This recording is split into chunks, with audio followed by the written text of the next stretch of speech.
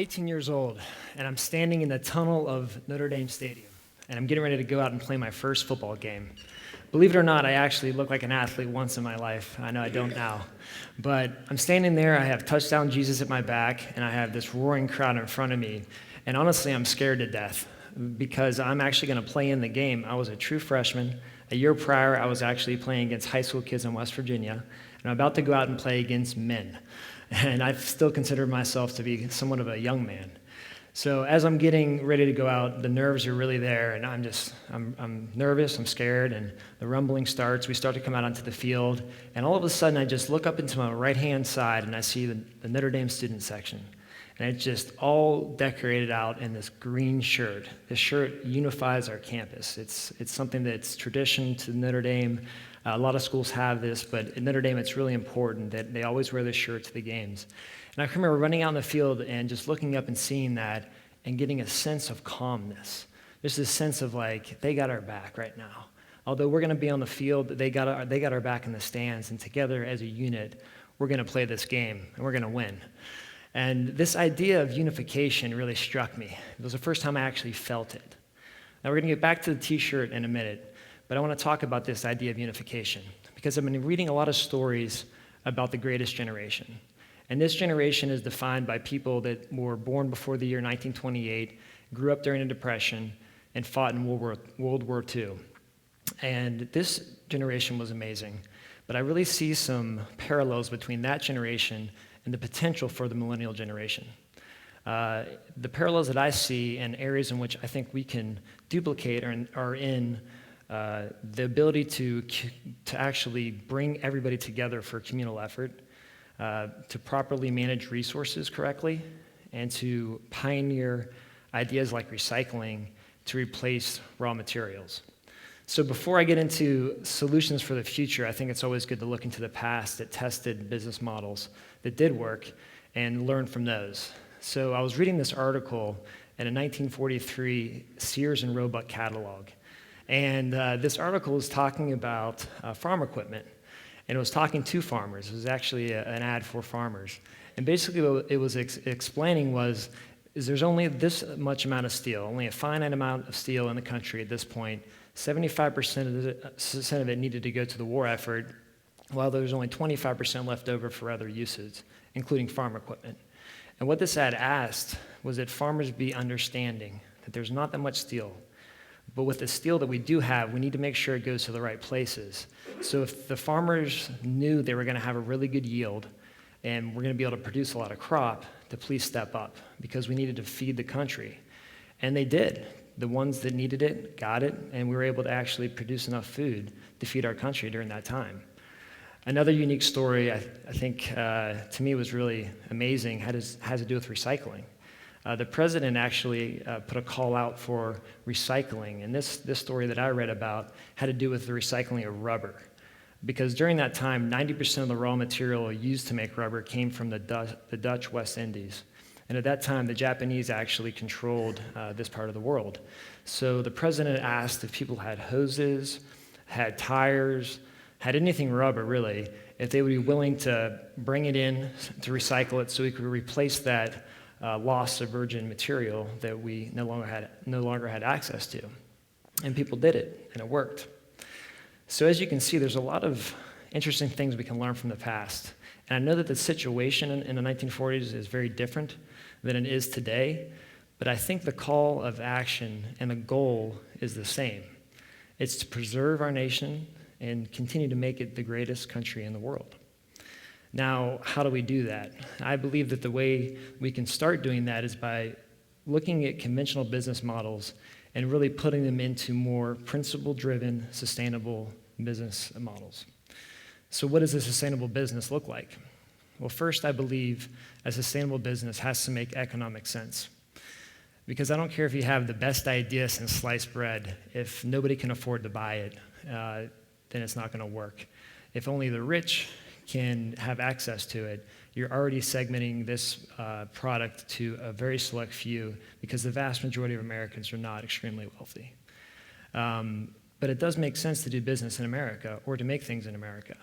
If we're making things in America, we're actually making things closer to the largest consumer market in the world, which is us, which means that we can actually properly forecast orders. So instead of looking years in advance to make orders, we can actually do it in months.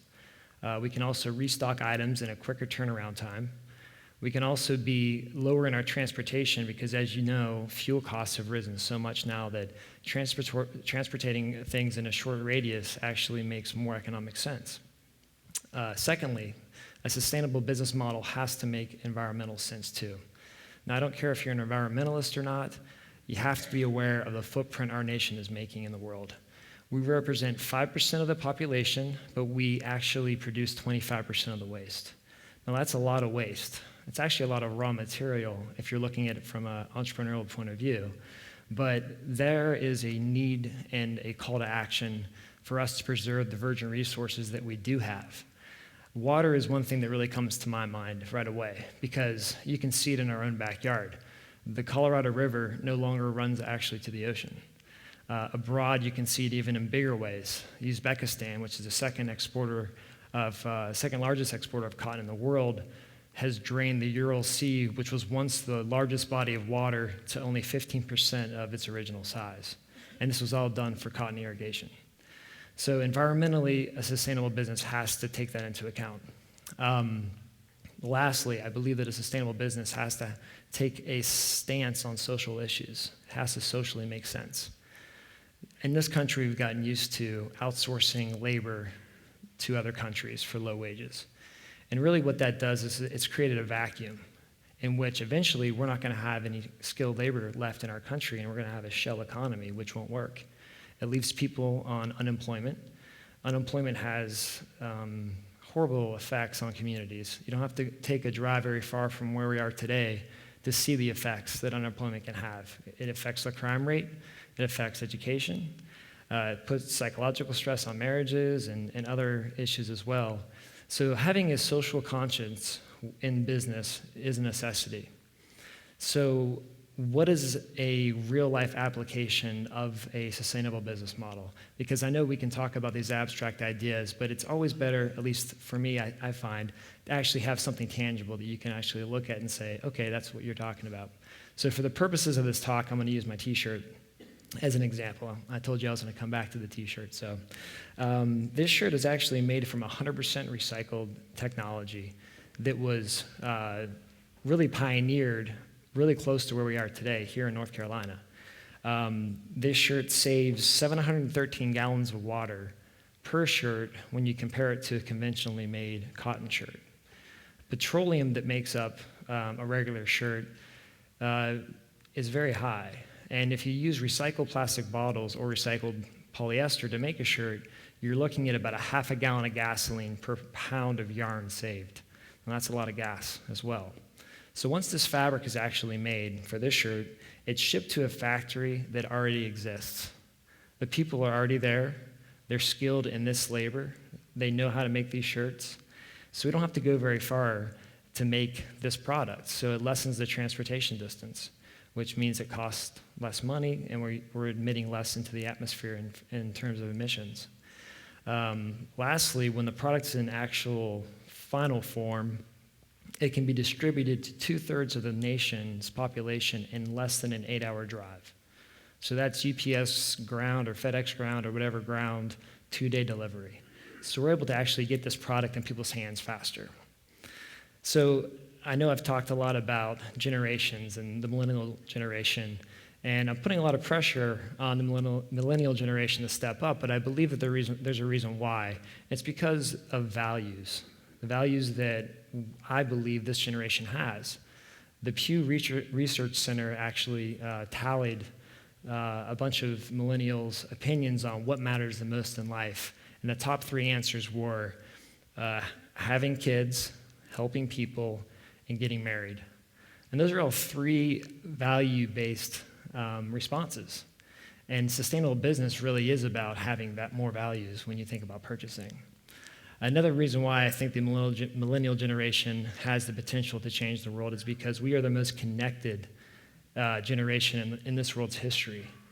I mean, 75% of millennials have a Facebook networking site of some kind, whether it be, I say Facebook because it's just an easy way to say it, social networking, Twitter, Facebook, and you name it, they have it. We all carry around cell phones like they're an extension of our body, like they're our children, and if we're without them for an hour, it's like we all freak out. So getting the message out there isn't the problem.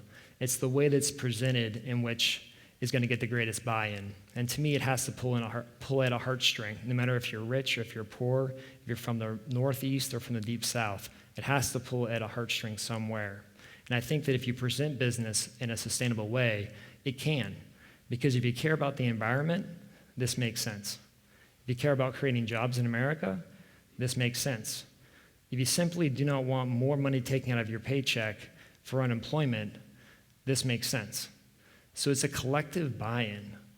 And so what is going to be the caption for this generation? What will that caption be?